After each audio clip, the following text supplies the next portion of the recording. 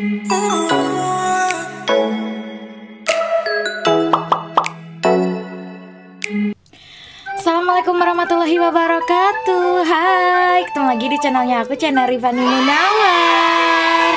Apa kabar temen-temenku semua, guysku? Ya ampun, kayak buyar aja gitu ya kalau di radio keluarga Aceh, kalau di Aceh Post TV Rakanda Aceh Post, kalau di konten Rifani Munawar guysku gitu. Tapi jadi kayak kabur gitu pas nyapa gitu ya guysku ya. Oke guysku ya, hari ini Rifani mau ngapain sih? Jadi Rifani mau bercerita lagi tentunya tentang Aceh dong gitu ya. Hal-hal yang bikin shock ketika ada di Aceh. Betul-betul bikin shock lah, sampai hah? Betul gitu. Wow gitu loh. Kok bisa gitu? Jadi kan ada hal-hal yang bikin aku tuh kayak yang gimana gitu ya kan. Maksudnya gimana-gimananya bukan hal negatif gitu. Cuman kayak yang nggak ada di daerah aku dan juga nggak ada di daerah yang lain gitu guys. Karena Aceh ini karena Aceh ini kan daerah khusus ya, yang memiliki otonomi khusus gitu ya. Pada penasaran, pada kepo, jadi jangan kemana-mana, tentunya tetap stay tune terus di channelnya aku, Rifani Munawar ya. Jangan lupa subscribe, like, komen, dan follow IG-nya aku, Rifani Munawar. Oke guysku, jadi kali ini Rifani mau menceritakan hal-hal yang bikin aku shock ketika aku datang ke Aceh gitu ya. Apa sih yang bikin shock ya? Tentunya tuh banyak hal yang berbeda. Yang pertama, hal yang gak ada di daerah lain dan di Aceh itu ada. Yang pertama yaitu Aceh punya partai lokal gitu guys gitu. Kalau di daerah yang lain itu gak ada tuh namanya partai lokal. Kalau di Aceh tuh ada kayak PA, PNA, SIRA, PD Aceh gitu. Ada gitu, Aceh diberikan otonomi khusus untuk mendirikan partai lokal sendiri gitu guys. Hal ini tuh tertuang setelah perjanjian MOU Helsinki, tercantum pada Undang-Undang Nomor 11 Tahun 2006 tentang Pemerintah Aceh atau UUPA gitu guys. Pada bab 11 menyatakan bahwa partai politik lokal pada pasal 75 ayat 1 mengatakan bahwa penduduk di Aceh dapat menentukan partai politik lokalnya sendiri gitu guys. Jadi kalau misalkan kalian ke Aceh, kok ada partai Aceh ya? Kok ada partai PNA ya gitu ya. Jadi karena memang Aceh diberikan hak secara khusus untuk mendirikan partainya sendiri gitu guys gitu ya. Dan kemarin pun aku juga ikut waktu ulang tahun GAM di Masjid Raya Baitur Rahman meliput gitu ya. Dan lumayan guys, kayak deg-degan aja gitu. Udah mah dikerjain gitu sama teman-teman aku kayak kayak udah KTP Banda Aceh kan. Udah, gue bilang kayak gitu. Awas ya nanti kayak ditangkap tuh, nanti kayak ditangkap, nanti kayak gini-gini gitu. Padahal enggak guys, enggak ada apa-apa kok gitu. Maksudnya ya aku aman-aman aja kan sampai sekarang gitu. Mereka mau bercanda aja ya kan. Oke, lanjut. Yang kedua yaitu hukum kanun jinayah. Kalau di sini tuh ada hukum cambuk guys gitu ya, hukum jarimah gitu. Jadi kalau misalkan terjadi kayak mesum kayak gitu-gitu tuh hukumannya itu dicambuk gitu guys. Di sini itu misalkan dicambuknya ada di masjid, misalkan ada di mahkamah syariahnya gitu, dan dicambuknya itu di depan umum gitu, yang dinamakan hukum kanun jinayah. Aku tuh nggak terlalu mau ngebahas ini lebih dalam guys, karena aku tidak paham dan tidak mengerti gitu, dan takut salah gitu. Cuman yang aku mau terangkan ke kalian, di Aceh ini ada hukum kanun jinayah, dan di tempat lain itu nggak ada hukum kanun jinayah gitu guys gitu. Yang ketiga guys ya, di Aceh ini ada razia celana ketat, ada razia pakaian yang tidak layak gitu guys ya. Nanti kalau misalkan kalian lewat jalan-jalan kampus kayak gitu tuh, biasanya tuh bapak-bapak WH-nya itu ada di situ gitu guys ya.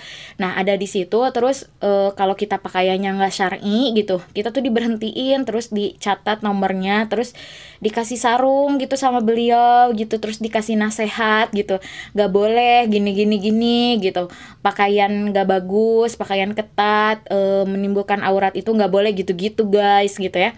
Kenapa kayak gitu? Karena aku pernah mengalaminya dulu waktu pertama kali waktu ke Aceh aku nggak tahu kan. Ya aku pikir nih apaan, razia atau apa gitu ya. Pernah aku ceritain di konten aku gitu. Razia atau apa, ternyata razia celana ketat, pakaian ketat segala macem kayak gitulah, dikasih sarung gitu ya, terus dinasehatin. Nah, kalau di Aceh ini laki-laki itu kayak yang bukan tidak boleh ya, tidak sopan memakai celana pendek tuh nggak boleh gitu. Nggak sopan gitu jatuhnya. Kan kalau misalkan di tempat aku tuh kayak suka suka gitu ngeliat cowok pakai celana pendek tuh lucu gitu ya kan, keren gitu. Karena apa sih, bukan pendek kibana gitu, pendek yang kayak banyak saku-sakunya di pinggirnya, terus selutut kayak gitu. Celananya itu kayak yang stylishnya itu tidak terlalu resmi banget gitu, tapi keren gitu guys ya. Kalau di sini itu dianggap tidak sopan dan pasti dirazia, dan itu tuh nggak boleh gitu guys gitu ya. Yang ketiga, ekonomi. Jalannya ekonomi di Aceh itu adalah syariat Islam gitu. Ini tuh sebenarnya sih udah digaungkan dari beberapa tahun yang lalu, tapi tahun ini emang bener-bener semua bank konvensional di Aceh ini sudah tidak ada guys. Semuanya diganti jadi BSI atau diganti ke syariah gitu ya guys ya.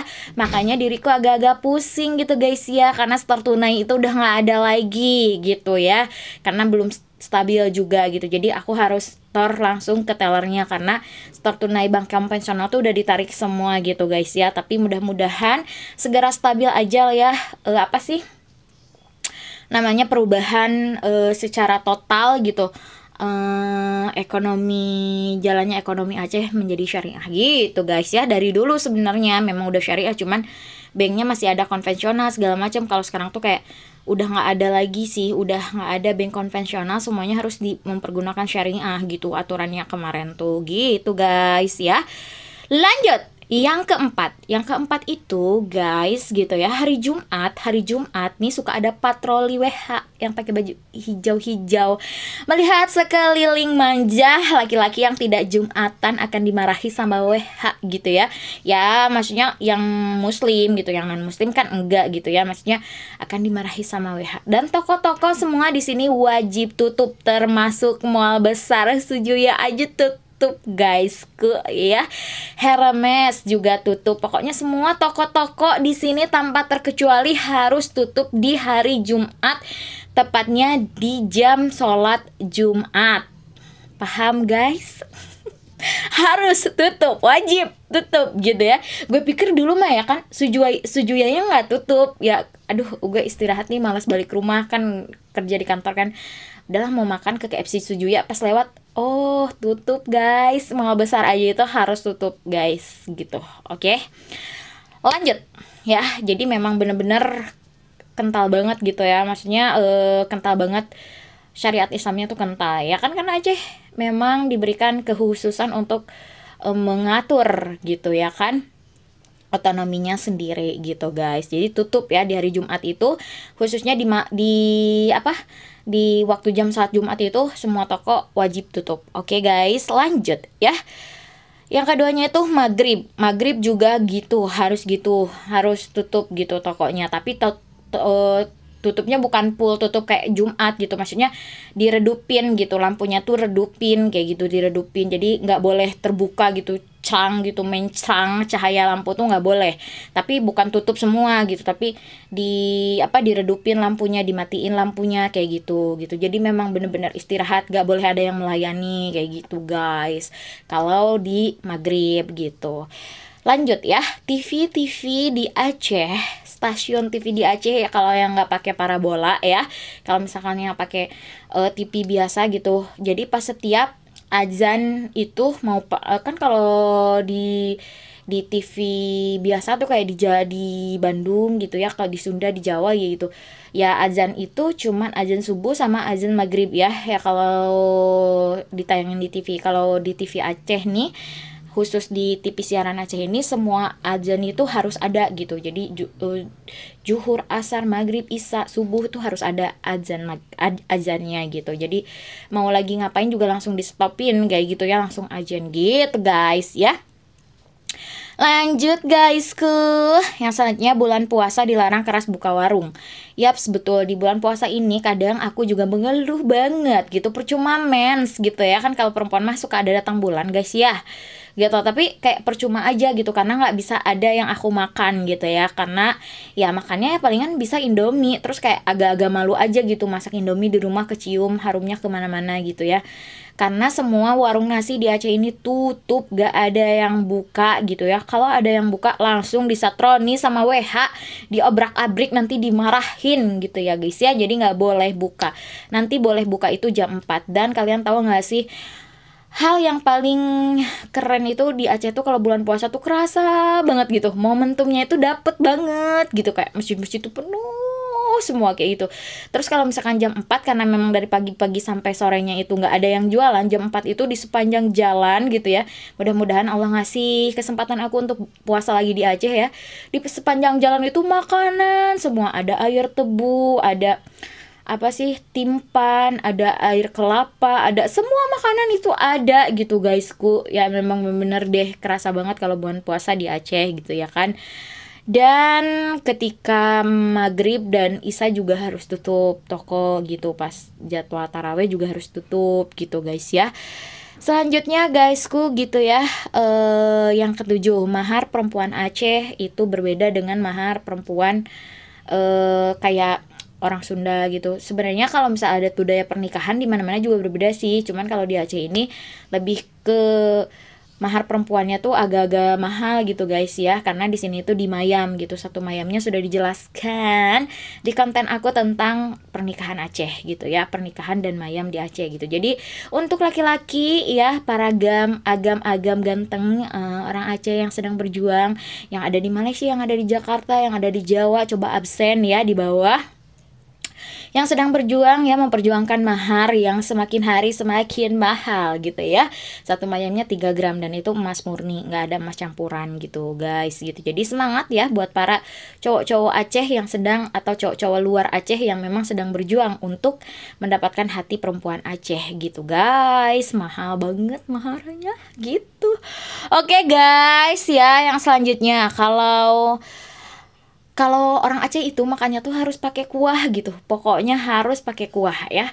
Aku awal-awal kan kalau orang Sunda mah ya, kalau makan teh yang mentah-mentah gitu ya, kayak yang garing aja gitu, misalkan ayam pakai sambal udah. Nah, kalau di Aceh tuh selalu ada kuahnya gitu, dan orang Aceh tuh jago banget makan kuah pakai tangan gitu. Kalau aku mah nggak bisa, tapi orang Aceh mah jago gitu. Kuahnya tuh banyak tuh di piring, tapi mereka bisa makan pakai tangan gitu. Dan itu tuh memang udah biasa aja gitu, guys, gitu. Karena kan pakai tangan itu sunnah Rasul ya.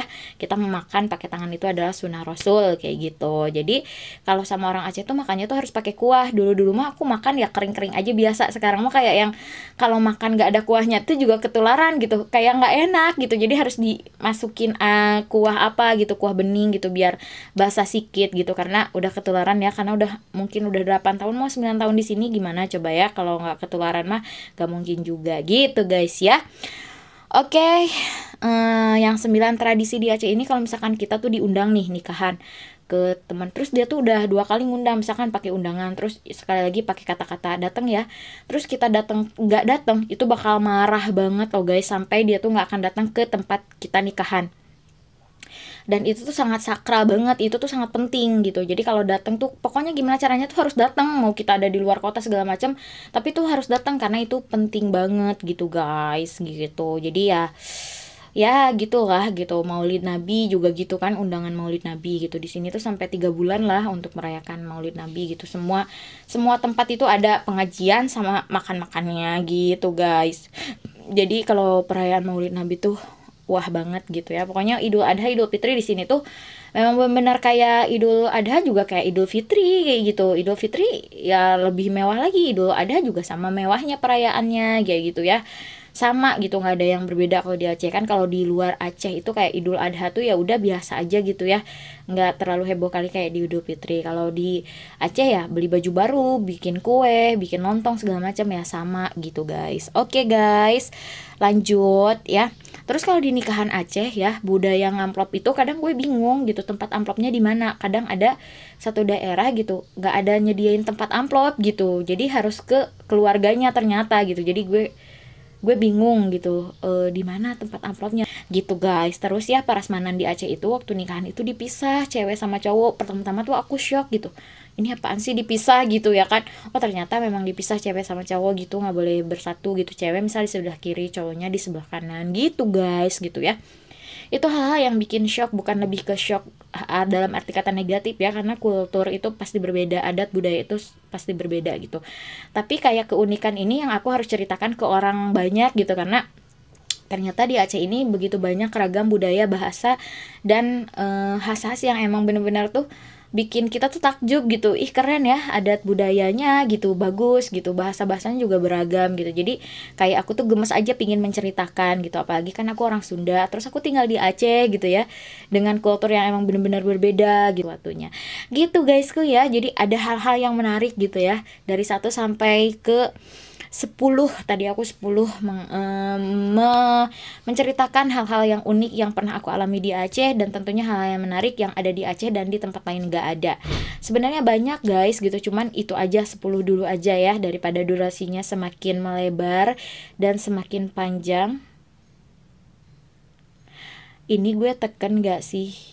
Iya sih gue teken, untung ya kan. Kirain nggak diteken, udah ngomong panjang lebar masa gitu ya. Oke guys, terima kasih ya sudah menyimak, dan tentunya selalu Rifani itu mohon maaf kepada kalian kalau misalkan ada yang tidak berkenan dari kata-kata aku, dari informasi yang aku sampaikan. Dan tentunya kalau misalkan mau mengkritik silahkan, aku sangat membuka kritikan, tapi kritik yang membangun ya, kritik yang membangun. Kalian harus membedakan kritik dan menjatuhkan. Kalau mengkritik itu kalian, ketika kalian mengkritik aku, kalian taruh apa yang harus aku perbaiki dan apa yang gak boleh aku lakukan lagi. Tapi kalau menjatuhkan itu, kalian cuma bisa menghina konten aku tanpa memperbaiki apa yang salah gitu guysku ya.